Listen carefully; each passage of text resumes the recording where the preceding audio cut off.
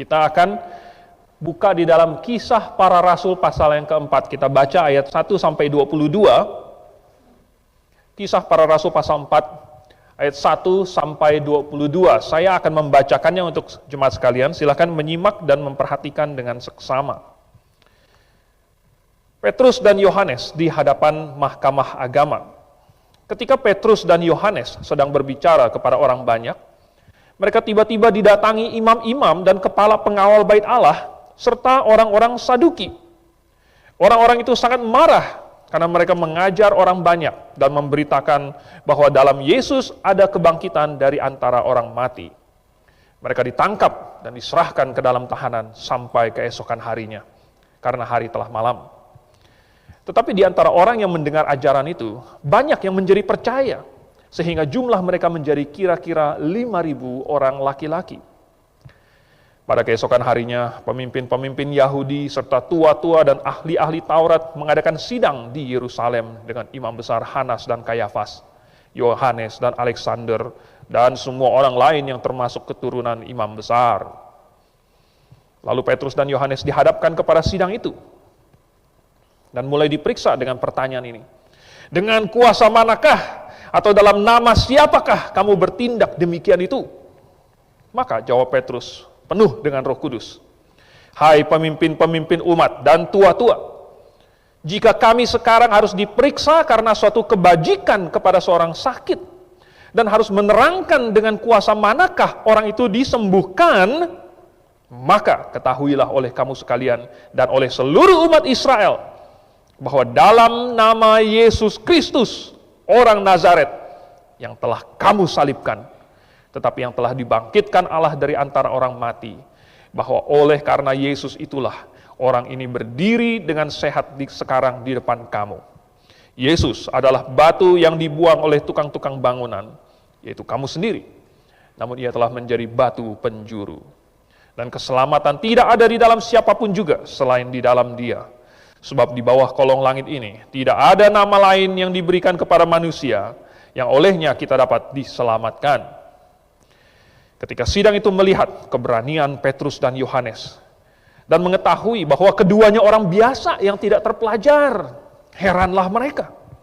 Dan mereka mengenal keduanya sebagai pengikut Yesus. Tetapi karena mereka melihat orang yang disembuhkan itu berdiri di samping kedua rasul itu, mereka tidak dapat mengatakan apa-apa untuk membantahnya. Dan setelah mereka menyuruh rasul-rasul itu meninggalkan ruang sidang, berundinglah mereka dan berkata, tindakan apakah yang harus kita ambil terhadap orang-orang ini? Sebab telah nyata kepada semua penduduk Yerusalem bahwa mereka telah mengadakan sesuatu mujizat yang menyolok dan kita tidak dapat menyangkalnya. Tetapi supaya hal itu jangan makin luas tersiar di antara orang banyak, baiklah kita mengancam dan melarang mereka, supaya mereka jangan berbicara lagi dengan siapapun dalam nama itu. Dan setelah keduanya disuruh masuk, mereka diperintahkan supaya sama sekali jangan berbicara atau mengajar lagi dalam nama Yesus. Tetapi Petrus dan Yohanes menjawab mereka, silakan kamu putuskan sendiri manakah yang benar di hadapan Allah, taat kepada kamu atau taat kepada Allah. Sebab tidak mungkin bagi kami untuk tidak berkata-kata tentang apa yang telah kami lihat dan yang telah kami dengar. Mereka semakin keras mengancam rasul-rasul itu, tetapi akhirnya melepaskan mereka juga. Sebab sidang tidak melihat jalan untuk menghukum mereka, karena takut akan orang banyak yang memuliakan nama Allah berhubung dengan apa yang telah terjadi. Sebab orang yang disembuhkan oleh mujizat itu sudah lebih dari 40 tahun umurnya. Mari kita berdoa. Bapa di surga, kami meminta pimpinan Roh Kudus untuk memahami, untuk menarik pelajaran dari catatan firman Tuhan, agar kami diingatkan, lalu timbul keberanian di dalam hati kami untuk bersaksi. Dan biarlah kami senantiasa, dimanapun kami berada, bersaksi kepada orang lain seperti contoh dari Petrus dan Yohanes ini. Bantulah kami Tuhan, berikan kami kekuatan. Dalam nama Tuhan Yesus kami berdoa. Amin. Apa yang kita baca di sini adalah lanjutan dari pasal 1, 2, dan 3, dan merupakan cerita lanjutan tentang yang Tuhan Yesus katakan. Yang dicatat oleh Lukas di pasal 1 ayat 8-nya, di mana Lukas mencatat kata-kata Tuhan Yesus bahwa kamu akan menerima kuasa, lalu kamu akan menjadi saksiku di Yerusalem, Yudea, Samaria, dan sampai ke ujung bumi. Di pasal 2, mereka menjadi saksi di Yerusalem. Kemudian di pasal 3 lagi, mereka bersaksi di Bait Suci. Dan di pasal 4, sekarang timbul suatu tantangan. Sekarang mereka ditangkap, mereka diancam, mereka disuruh tidak boleh berbicara lagi dalam nama Yesus. Dan bagaimanakah mereka bersaksi, terus menjadi saksi di dalam tantangan ini? Kita mau belajar, karena ini merupakan perikop yang luar biasa, yang kasih tahu kepada kita bagaimana kita bisa mendapatkan keberanian ini. Pertama, hal yang sangat penting untuk kita pahami adalah bahwa tidak ada hukum yang menentang mereka. Tidak ada hukum yang menentang memberitakan Injil. Tidak ada hukum yang menentang mereka bersaksi. Tidak ada. Ya. Memang para imam dan kepala pengawal Bait Allah dan orang Saduki, ahli-ahli Taurat, mereka bersidang dan mereka menangkap para rasul. Tetapi mereka melakukan itu karena dengki. Karena dengki. Karena akal sehat memberitahukan kepada kita bahwa kita ini manusia yang memiliki hak asasi, di mana kita bisa berpikir dengan bebas, dan kita bisa mengungkapkan pikiran kita. Artinya berbicara juga dengan bebas. Dan kita bisa punya keyakinan.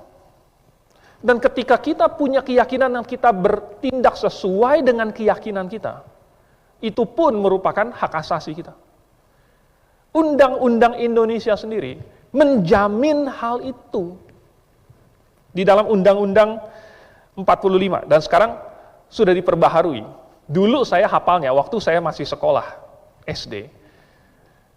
Yang saya hafal itu pokoknya ada pasal mulai dari 27, itu adalah tentang hak warga negara. Lalu sesudah saya udah lulus SMA segala macam, baru kemudian diperbaharui dan ditambah-tambahkan. Saya baca lagi, ternyata banyak sekali poin-poin yang ditambahkan butir-butirnya. Di dalam pasal yang ke-28, butir E, menjamin kebebasan warga negara untuk berkomunikasi dan mendapat informasi. Berkomunikasi. Ini dijamin kebebasannya. Lalu untuk mencari, memperoleh, memiliki, menyimpan, mengolah, dan menyampaikan informasi dengan menggunakan segala jenis saluran yang tersedia. Artinya, baik si A maupun si B, yang berbicara maupun yang mendengar, yang mengabarkan maupun yang dikabarkan, sama-sama memiliki hak yang dilindungi oleh undang-undang, oleh konstitusi, oleh undang-undang dasar kita. Dan itu tidak bisa diambil. Itu dilindungi. Jadi,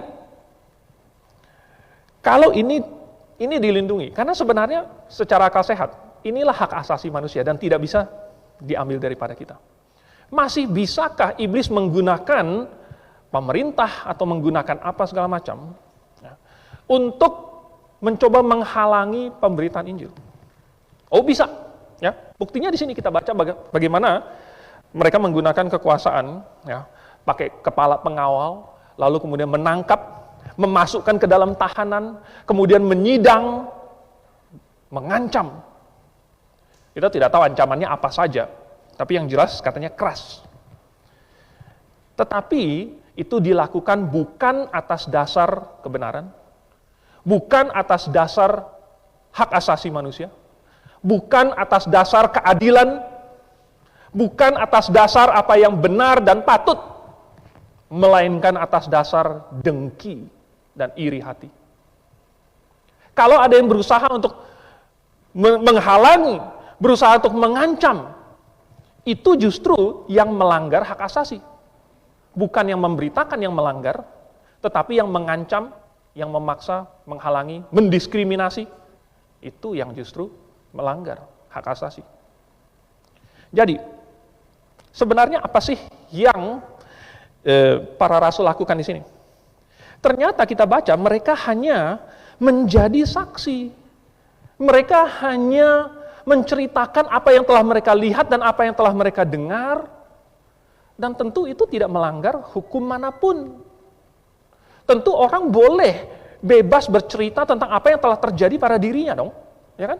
Namanya ini bersaksi. Bersaksi adalah menceritakan apa yang terjadi. Saya atau bukan saya, siapapun boleh untuk bercerita tentang apa yang peristiwa yang terjadi padanya beberapa tahun yang lalu. Bebas dong menceritakan. Orang bebas untuk menceritakan apa yang terjadi kepada kakeknya yang sudah meninggal beberapa tahun yang lalu. Dan kalau bebas menceritakan tentang kakeknya, maka bebas juga menceritakan tentang orang yang sudah mati di salib 2000 tahun yang lalu. Sama saja. Jadi apa yang dilakukan oleh para rasul ini hanyalah menceritakan apa yang terjadi, peristiwa-peristiwa beberapa bulan yang lalu, beberapa minggu yang lalu, bagaimana mereka menangkap Yesus, lalu kemudian mengadilinya tetapi tidak menemukan kesalahan apa-apa, lalu kemudian menyalibkannya, tetapi kemudian sesudah itu 3 hari kemudian dia bangkit kembali dari antara orang mati. Dan itu yang membuat mereka kebakaran jenggot. Oh, mereka hanya memberikan kesaksian tentang apa yang mereka lihat, bahwa saya melihatnya, saya menyaksikannya. Dan bukan dengan mata saja, saya merabanya dengan tangan saya. Saya menyentuhnya. Saya berbicara, bercakap-cakap, bertemu muka dengan muka. Saya bersama-sama dengan Yesus yang sudah hidup itu. Saya melihat dia hidup kembali. Saya melihat dia naik ke surga. Dia adalah saksi. Saya adalah saksi. Dengan bersaksi demikian. Dan kita melihat bahwa banyak orang diselamatkan. Tidak ada hukum yang menentang ini. Apalagi yang dia perbuat. Petrus menyembuhkan seorang yang lumpuh di gerbang indah. Di gerbang bait suci itu. Makanya waktu ditanya itu, Petrus sampai dengan agak sarkastik dikit. Ya, memakai sarkasme. Jika kami harus menerangkan, ya, jikalau kami harus, mana nih katanya di sini? Oh, di pasal 4. Jikalau kami, ya, sekarang harus diperiksa karena suatu kebajikan. Karena ditanya, dengan kuasa manakah kamu melakukan hal-hal ini? Yaitu membangkitkan, menyembuhkan orang yang lumpuh. Kalau kami harus diperiksa karena menyembuhkan orang lumpuh ini, lalu kemudian harus menerangkan pakai kuasa apa bisa menyembuhkan dia, pakai mujizat dari mana gitu untuk menerangkan dia ini bisa sembuh, maka ketahuilah dan dia bersaksi oleh Yesus Kristus yang telah kamu salibkan itu, dan dia tunjuk hidung mereka, tetapi yang kemudian telah bangkit dari antara orang mati. Bisulnya sudah ditunjuk, dipencet lagi saudara, tambah marah lagi mereka. Jadi mereka melakukan kebajikan, telah menyembuhkan orang. Yang lalu lalang di situ ngapain? Kan mereka sudah melihat orang ini setiap hari kan? Kan orang lumpuh ini duduk di gerbang itu setiap hari. Tentu imam-imam sudah lihat, tentu kepala pengawal di situ kenal dengan orang itu. Apa yang telah mereka perbuat buat dia? Hah? Kebajikan apakah yang imam-imam ahli Taurat, orang Saduki, kepala pengawal segala macam telah lakukan bagi orang lumpuh itu? Sedangkan Petrus telah menyembuhkan dia, membuat dia berjalan kembali, dan menyelamatkan dia, memberikan harta rohani kepada dia. Suatu kebajikan. Di dalam Galatia pasal 5 ayat 22 dan 23 katanya apa? Buah roh ialah kasih, sukacita, kasih, sukacita, damai sejahtera, kesabaran, kemurahan, kebaikan, kelemah lembutan, penguasaan diri, kesetiaan, semua adalah hal-hal yang baik. Tidak ada hukum yang menentang hal-hal itu. Itu yang dilakukan. Orang Kristen, kemanapun mereka pergi, membawa standar moral tertinggi, menunjukkan bahwa mereka jujur, bisa dipercaya, rajin, dan mentransformasi lingkungan di sekitarnya. Tidak ada hukum yang menentang kebaikan. Tidak ada hukum yang menentang kasih, sukacita, damai sejahtera. Semua orang menyukai hal itu. Jadi saudara, ketika Petrus dan Yohanes, mereka ditangkap untuk apa? Karena mereka bersaksi, karena mereka melakukan kebaikan. Mereka tidak takut. Karena tidak ada hukum yang menentang mereka. Kalau mereka disidang atas dasar hukum apapun tidak ada yang menentang mereka. Kalau mereka disidang karena dengki, nah berarti dengki yang melawan mereka, dengkilah yang menyidang mereka, dengkilah yang mengancam mereka, bukan hukum, tapi dengki. Maka itu adalah hal yang berbeda lagi. Tetapi tidak ada hukum yang menentang hal-hal itu. Imam-imam itu bertanya, mungkin mereka mau seolah-olah menampilkan diri sebagai berkuasa. Lalu mereka bilang, dengan kuasa manakah atau dalam nama siapakah kamu bertindak demikian itu? Maksudnya dengan otoritas mana? Dan tadi pagi ini Gembala Steven sudah menjelaskan mengenai kata otoritas ini. Seolah-olah merekalah yang punya kuasa. Seolah-olah merekalah yang berhak memberikan izin. Mau menyembuhkan orang, izin dulu sama kami. Ya. Mau berbicara di bait Allah, izin dulu sama kami. Tetapi sebenarnya apakah mereka sendiri memiliki kuasa itu? Tidak. Seandainya mereka punya kuasa atau otoritas, maka seharusnya mereka sendirilah yang menyembuhkan si orang lumpuh itu. Atau seandainya mereka punya otoritas dan mereka tidak mau menyembuhkan orang lumpuh itu, kalau mereka benar-benar punya kuasa, maka siapapun yang mau menyembuhkannya nggak bisa. Contohnya kayak Tuhan. Tuhan benar-benar punya kuasa. Sehingga ketika Ayub mau diapa-apain sama iblis, iblis minta izin dulu sama Tuhan. Nah ini baru namanya Tuhan punya kuasa. Kalau Tuhan mau melindungi Ayub, terlindungi, nggak bisa diapa-apain sama iblis. Kalau Tuhan kasih izin kepada iblis, nah, tapi Tuhan kasih batasan, sampai segini, jangan kau sentuh dianya. Lalu kemudian iblis datang lagi, Tuhan bilang, nah, tapi kasih batasan, jangan sampai dia mati, sayangkan nyawanya. Itu baru punya kuasa. Tetapi imam-imam ini berlagak seperti mereka yang punya kuasa. Seperti mereka yang berotoritas. Padahal sebenarnya mereka sama sekali tidak berkuasa. Segala sesuatu terjadi di luar kendali mereka. Mereka pikir mereka mengendalikan. Tetapi mereka sama sekali tidak punya kendali atas situasi yang terjadi. Jadi, sekalipun mereka menggadang-gadang kuasa pemerintah, mereka adalah pemimpin umat, mereka adalah tua-tua, mereka membuat suatu majelis. Dan dengan kekuatan majelis itu, mereka mengancam. Tetapi sebenarnya tidak ada hukum yang menentang. Tidak ada hukum yang menentang. Itu yang perlu diperhatikan nomor satu.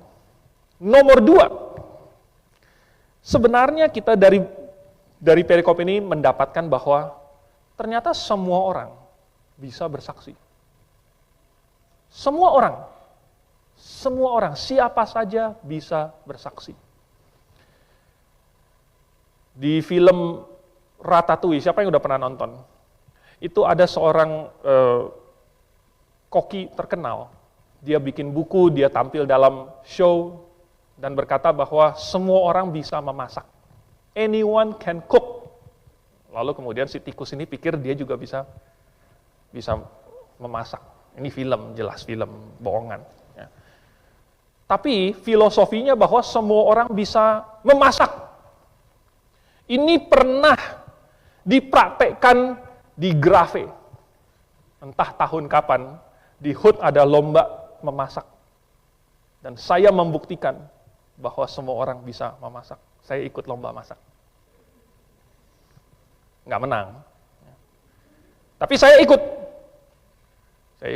Beberapa minggu sebelumnya, saya ditutor oleh ahli masak di Grave. Itu Simo.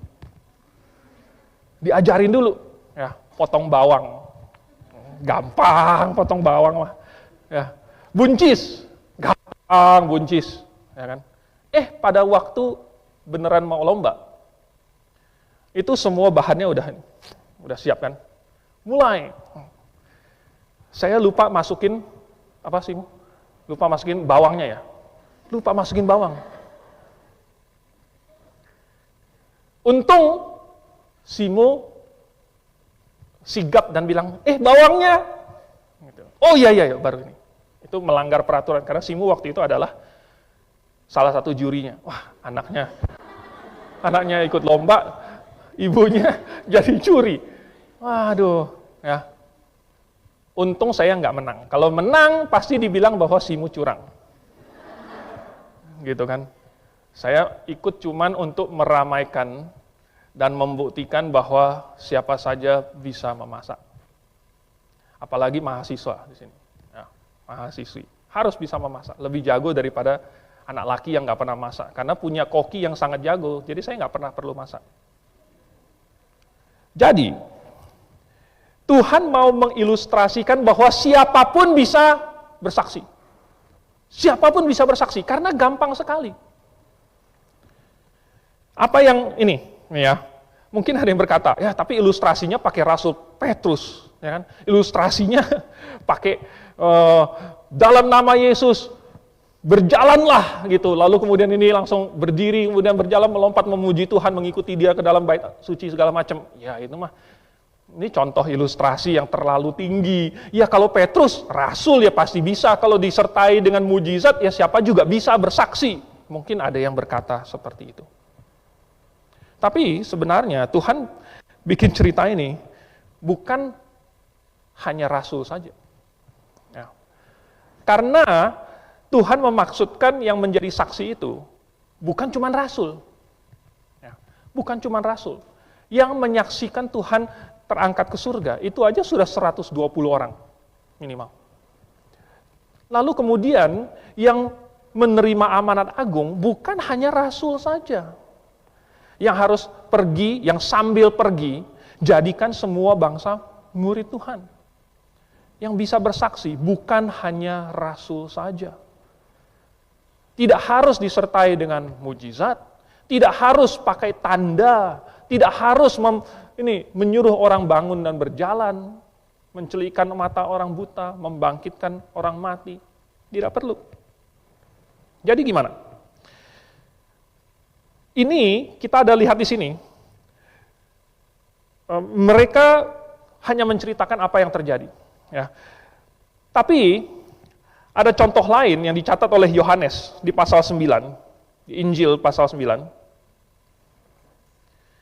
Ini ilustrasi lain yang Tuhan bikin bahwa semua orang dapat bersaksi. Ceritanya di pasal 9 ini, ada orang buta sejak lahir. Terus murid-muridnya tanya, "Guru, salah siapa sih sehingga dia lahir buta?" Mungkin maksud mereka yang namanya karma gitu ya. Kalau orang berbuat jahat lalu kemudian nanti ada balasannya. Tapi ini kan dia sudah lahir sejak buta. Dia salah apa waktu dia masih bayi, waktu dia baru lahir, salah apa sehingga dia jadi buta? Jadi mereka bingung. Padahal bukan prinsip itu yang Tuhan pakai. Ya, jadi Tuhan bilang jawabannya bukan dia, maksudnya bukan salah dia. Dan bukan juga orang tuanya. Bukan salah orang tuanya. Tetapi karena pekerjaan-pekerjaan Allah harus dinyatakan di dalam dia. Kita harus mengerjakan pekerjaan dia yang mengutus aku selama masih siang. Dan seterusnya. Lalu sesudah mengatakan semuanya itu, di ayat yang ke-6, ia meludah ke tanah dan mengaduk ludahnya itu dengan tanah, lalu mengoleskannya pada mata orang buta tadi. Mungkin orang sekarang pikir jorok juga ya, udah ngeludah, gitu. Lalu diaduk-aduk di tanah. Lalu itu lumpur ludah itu dioleskan gitu. Tetapi, saudara, ternyata lumpur itu menyembuhkan. Ya. Ternyata entah apa kekurangan si orang buta ini, sehingga Tuhan pakai lumpur itu untuk menyembuhkan matanya. Mungkinkah bola matanya tidak sempurna? Mungkinkah ada suatu kelainan pada tengkoraknya atau nggak tahulah apa yang terjadi. Pokoknya Tuhan menyembuhkan mata orang itu. Dan ini begitu hebohnya sampai mereka semua bilang ini belum pernah terjadi. Belum pernah ada orang mendengar bahwa orang yang buta sejak lahirnya bisa dicelikkan.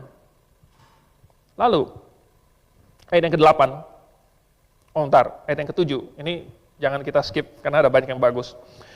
Dan berkata kepadanya, pergilah basuhlah dirimu dalam kolam Siloam. Siloam artinya yang diutus. Maka pergilah orang itu, ia membasuh dirinya, lalu kembali dengan matanya sudah melek. Tetapi tetangga-tetangganya dan mereka yang dahulu mengenalnya sebagai pengemis berkata, bukankah dia ini yang selalu mengemis?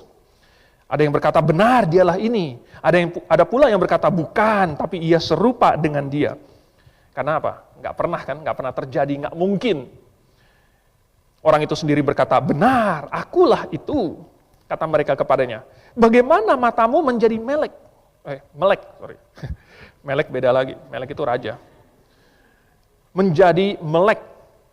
Jawabnya, orang yang disebut Yesus itu mengaduk tanah, mengoleskannya pada mataku dan berkata kepadaku, pergilah ke Siloam dan basuhlah dirimu. Lalu aku pergi. Dan setelah aku membasuh diriku, aku dapat melihat. Lihat. Ini bersaksi, ini menceritakan apa yang terjadi pada dia. Inilah bersaksi, gampang sekali ditanya apa yang terjadi, bagaimana matamu bisa melek. Oh ini Yesus begini segala macam. Lalu mereka bertanya kepadanya, di manakah dia? Jawabnya, aku tidak tahu, jujur sekali, polos banget. Lalu mereka membawa orang yang tadinya buta itu kepada orang-orang Farisi. Loh, sudah disembuhkan, malah ditanyain, di mana dia? Terus dibawa lagi, digandeng ke orang Farisi. Adapun rupanya, karena alasannya, hari waktu Yesus mengaduk tanah dan memelekkan mata orang itu adalah hari Sabat. Karena itu orang-orang Farisi pun bertanya kepadanya, bagaimana matanya menjadi melek? Jawabnya, ia mengoleskan adukan tanah pada mataku, lalu aku membasuh diriku, dan sekarang aku dapat melihat. Sekali lagi, gampang sekali untuk bersaksi. Hanya menceritakan apa yang terjadi. Maka kata sebagian orang Farisi itu, orang ini tidak datang dari Allah, sebab ia tidak memelihara hari Sabat. Sebagian pula berkata, bagaimanakah seorang berdosa dapat membuat mujizat yang demikian? Maka timbullah pertentangan di antara mereka. Lalu kata mereka pula kepada orang buta itu, dan engkau, apakah katamu tentang dia karena ia telah memelekkan matamu? Jawabnya, ia seorang nabi. Sekali lagi, dia hanya perlu menceritakan apa yang terjadi. Pokoknya, apa yang ditanya, dia jawab. Gampang sekali. Tetapi orang-orang Yahudi itu tidak percaya bahwa tadinya ia buta dan baru dapat melihat lagi. Sampai mereka memanggil orang tuanya dan bertanya kepada mereka, inikah anakmu yang kamu katakan bahwa ia lahir buta? Kalau begitu bagaimanakah ia sekarang dapat melihat? Jawab orang tua itu, yang kami tahu ialah bahwa dia ini anak kami dan bahwa ia lahir buta. Tetapi bagaimana ia sekarang dapat melihat, kami tidak tahu. Dan siapa yang memelekkan matanya, kami tidak tahu juga. Tanyakanlah kepadanya sendiri, ia sudah dewasa, ia dapat berkata-kata untuk dirinya sendiri. Siapa yang sudah dewasa bisa berkata-kata. Siapa yang sudah dewasa bisa menceritakan apa yang terjadi pada dirinya. Siapa yang sudah diselamatkan bisa bercerita tentang Yesus. Orang tuanya berkata demikian karena mereka takut kepada orang-orang Yahudi. Sebab orang-orang Yahudi itu telah sepakat bahwa setiap orang yang mengaku dia sebagai Mesias akan dikucilkan. Itulah sebabnya maka orang tuanya berkata, ia telah dewasa, tanyakanlah kepadanya sendiri. Lalu mereka memanggil sekali lagi orang yang tadinya buta itu dan berkata kepadanya, katakanlah kebenaran di hadapan Allah, kami tahu bahwa orang itu orang berdosa. Jawabnya, apakah orang itu orang berdosa? Aku tidak tahu. Tetapi satu hal aku tahu, yaitu bahwa aku tadinya buta dan sekarang dapat melihat. Lihat, dia cuma perlu mengatakan apa yang terjadi pada dirinya. Tidak perlu belajar teologi 4 tahun, tidak perlu menjadi anggota jemaat sampai puluhan tahun, Tidak perlu sampai harus memegang sertifikat untuk berkhotbah. Cukup menceritakan apa yang terjadi pada dirinya.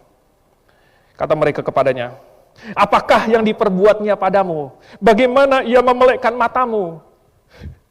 Ternyata capek juga orang ini. Telah kukatakan kepadamu dan kamu tidak mendengarkannya.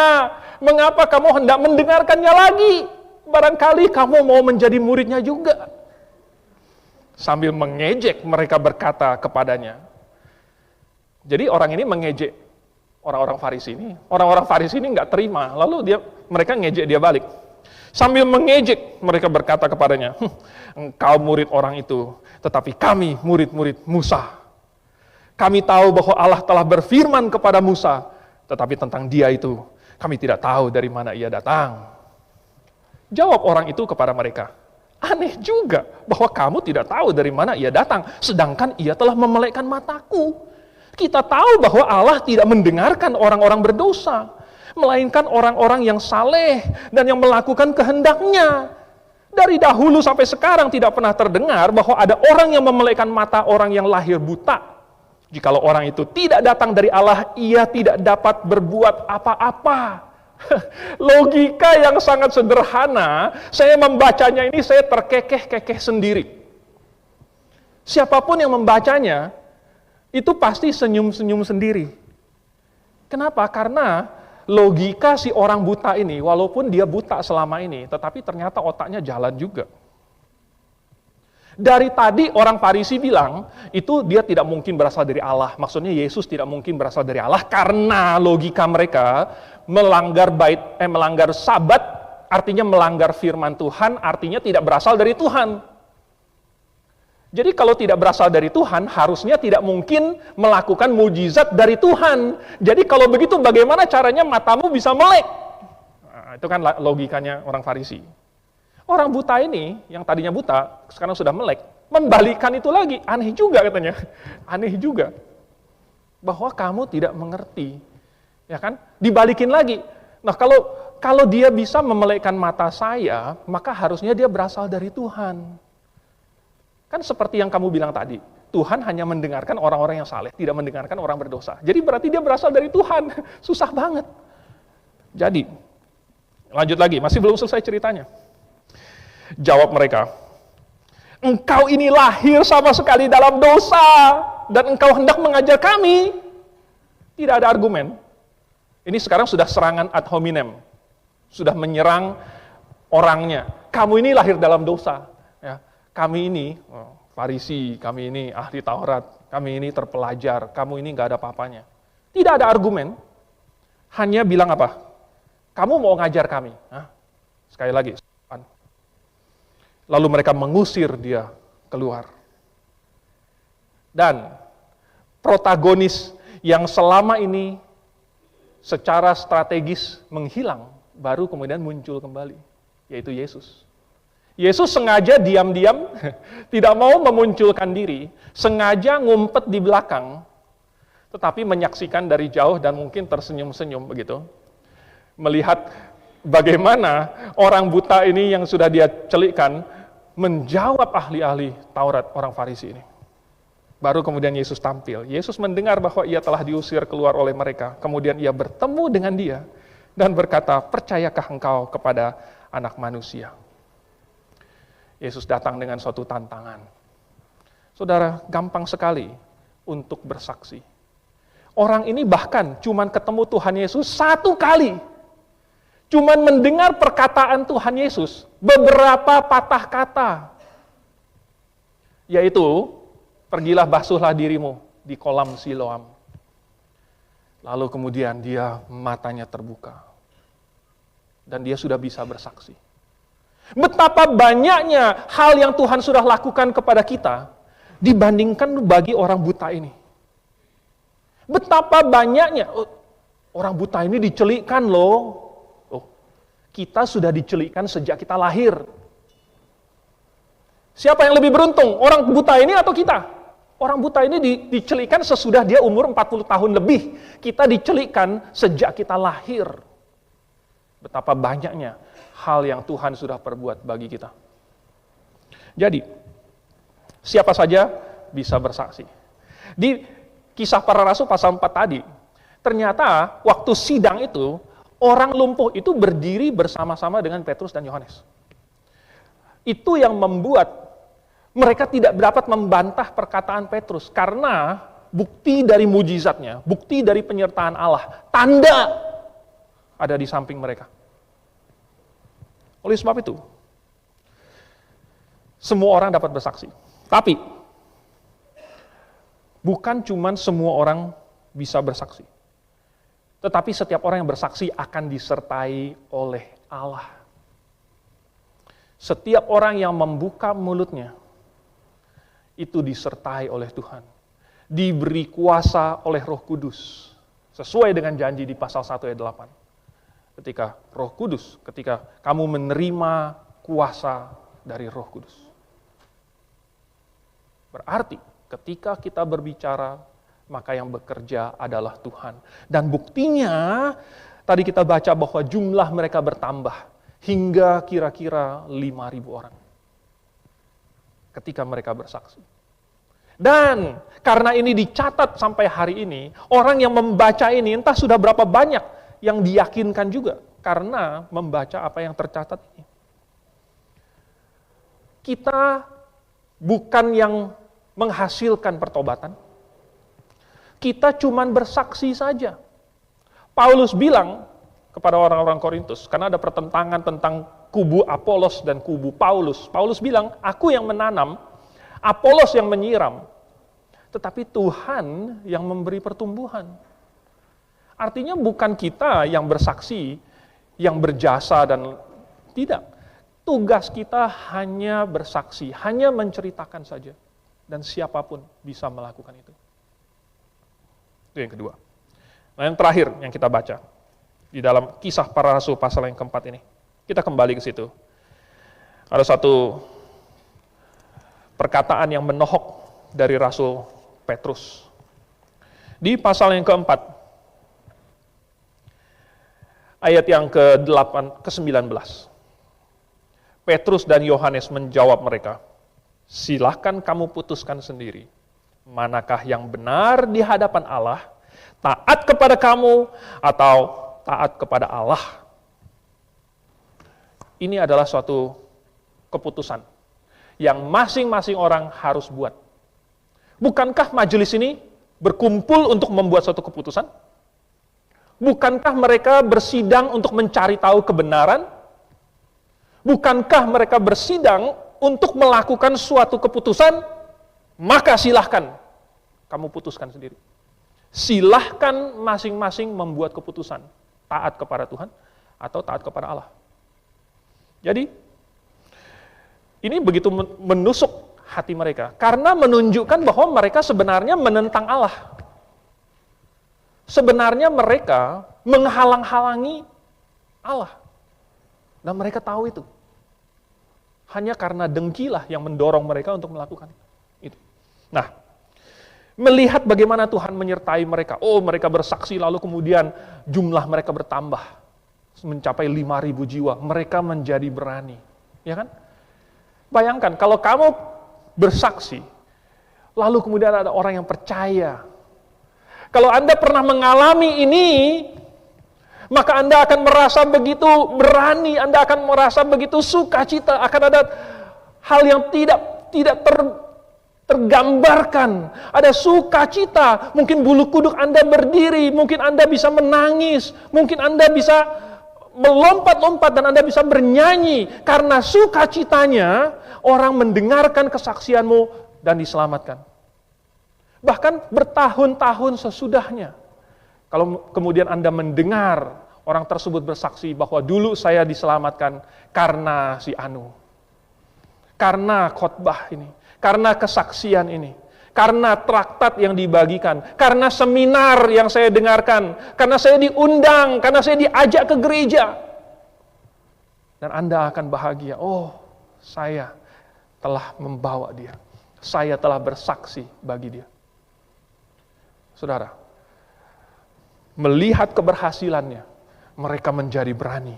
Melihat bagaimana Tuhan menyokong firman-Nya, Dengan tanda dan mujizat yang begitu luar biasa, orang lumpuh pun dibangkitkan sampai bisa berjalan, berdiri, melompat, berlari.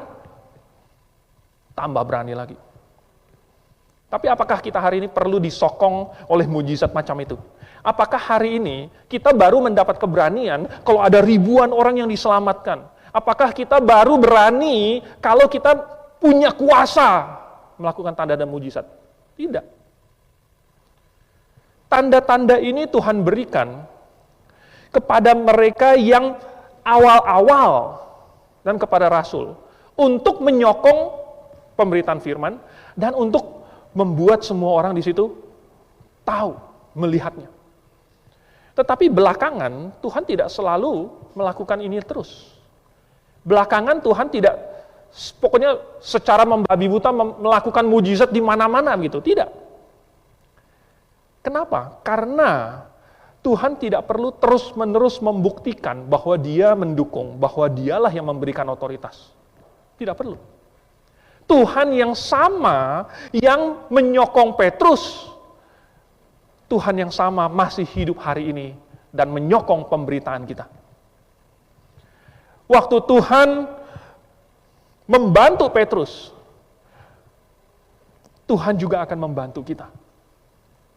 Mujizat yang Tuhan lakukan lewat Petrus, Tuhan lakukan lewat cara-cara lain hari ini. Dan tidak perlu Tuhan menggunakan orang lumpuh berjalan. Tuhan bisa pakai hal yang lain. Tuhan bisa pakai angin sehingga peluru bisa meleset. Nggak tahu apa yang terjadi. Ya. Mungkin sebagian udah tahu. Kalau tidak tahu ya sudah, nanti besok baru baca beritanya. Tuhan bisa pakai macam-macam. Segala hal yang Tuhan bisa pakai. Tidak. Itu adalah misteri bagi kita. Yang jelas, Tuhan yang dulu sama dengan Tuhan yang sekarang. Nah, kalau begitu hari ini kita perlu takut atau tidak? Hari ini kita lebih tidak takut lagi. Karena bukti bahwa orang diselamatkan karena firman sudah lebih banyak dibandingkan zamannya Petrus. Dan mujizat-mujizat sudah lebih banyak lagi dibandingkan zamannya Petrus ini. Sudah lebih banyak. Berarti sudah harusnya, sudah sangat berani, sudah lebih berani lagi kita. Jadi kita tidak perlu takut. Nah lalu bagaimana kalau misalnya kita mengalami hal yang sama dan diancam? Coba kita lihat di dalam Markus pasal yang ke-13. Tuhan sudah mengantisipasi ini. Ingat, waktu Tuhan di bumi, Dia sedang mempersiapkan murid-muridnya untuk menjadi komando pasukan Kristus. Cuman korpsnya namanya rasul. Tapi masih sama, yaitu jemaat lokal. Dan di dalam Markus pasal 13 ayat yang ke-11, Tuhan Yesus pesan begini. Dan jika kamu digiring dan diserahkan, janganlah kamu khawatir akan apa yang harus kamu katakan. Tetapi katakanlah apa yang dikaruniakan kepadamu pada saat itu juga. Sebab bukan kamu yang berkata-kata, melainkan Roh Kudus. Bukan kamu yang berkata-kata, melainkan Roh Kudus. Berarti Tuhan beserta. Jika kamu digiring, diserahkan, ditanyain, diancam, jangan khawatir. Nanti kamu tinggal katakan saja. Apa yang Roh Kudus katakan lewat kamu. Dan oke lah, mungkin ini berlaku terutama kepada para rasul. Tetapi hingga hari ini pun Tuhan masih menyertai dan memberikan hikmat. Dan ketika kita harus memberi pertanggungan jawab, maka Tuhan beserta dengan kita. Dan Roh Kudus yang ada di dalam hati kita yang akan berbicara. Jadi tidak perlu takut. Nah, sebenarnya hanya ada 2 penghalang bagi orang Kristen untuk bersaksi. Yang nomor 1, penghalangnya adalah faktor luar, seperti yang kita baca di Kisah Para Rasul pasal 4. Ada yang berusaha untuk menghalangi, ada yang mengancam, ada yang mungkin secara fisik menghalangi, yaitu menahan, dimasukkan ke dalam tahanan, sehingga secara fisik menghalangi. Tetapi, seperti yang kita lihat, Petrus akhirnya lepas dari penjara, Yohanes juga. Karena yang menentang mereka bukanlah kebenaran, tetapi dengki. Tuhan ada di pihak mereka. Faktor yang kedua adalah faktor diri sendiri. Jadi yang menghalangi orang Kristen untuk bersaksi adalah faktor luar dan faktor diri sendiri. Faktor di dalam. Diri kita sendiri yang merasa canggung, merasa takut, merasa malu. Entah apa lagi yang kita rasakan sehingga kita tidak berani untuk berkata-kata apa yang terjadi pada diri kita. Tidak berani bersaksi. Padahal ingat, semua orang bisa menceritakan. Jadi, mungkin itu nanti adalah topik untuk khotbah yang lain, waktu saya sudah habis. Tapi satu ayat terakhir lagi, di Matius pasal yang ke-10. Supaya timbul keberanian di dalam hati kita. Saya bacakan di pasal 10 ayat yang ke-28. Dan janganlah kamu takut kepada mereka yang dapat membunuh tubuh, tetapi yang tidak berkuasa membunuh jiwa. Takutlah terutama kepada Dia yang berkuasa membinasakan baik jiwa maupun tubuh di dalam neraka. Tadi Petrus bilang, silahkan putuskan sendiri. Taat kepada Tuhan atau taat kepada Allah. Kalau kita takut kepada manusia, kita takut kepada ancaman manusia. Tuhan bilang apa? Jangan takut kepada mereka yang dapat membinasakan tubuh doang. Cuman tubuh doang yang bisa dibinasakan. Dan mereka tidak memiliki kuasa apa-apa. Harusnya kita lebih takut. Karena Tuhan berkuasa membunuh jiwa maupun tubuh. Dan itulah yang kita layani. Dan itulah yang berserta dengan kita. Mari kita tundukkan kepala, kita berdoa. Bapa yang di surga, kami tak habis-habisnya bersyukur kepadamu karena keselamatan yang kami terima ini begitu berharga. Saking berharganya, maka kami ingin memberitakannya. Kami ingin menceritakan kepada orang lain bahwa kami pasti masuk surga. Bahwa kami memiliki hidup yang kekal. Bahwa dosa kami semuanya telah dilunaskan. Dan bahwa kami tidak perlu menanggung dosa kami sedikit pun lagi. Tuhan, biarlah kami beroleh keberanian ini. Dan apa yang Petrus dan Yohanes dan para rasul dan murid-murid yang lain lakukan menjadi teladan bagi kami.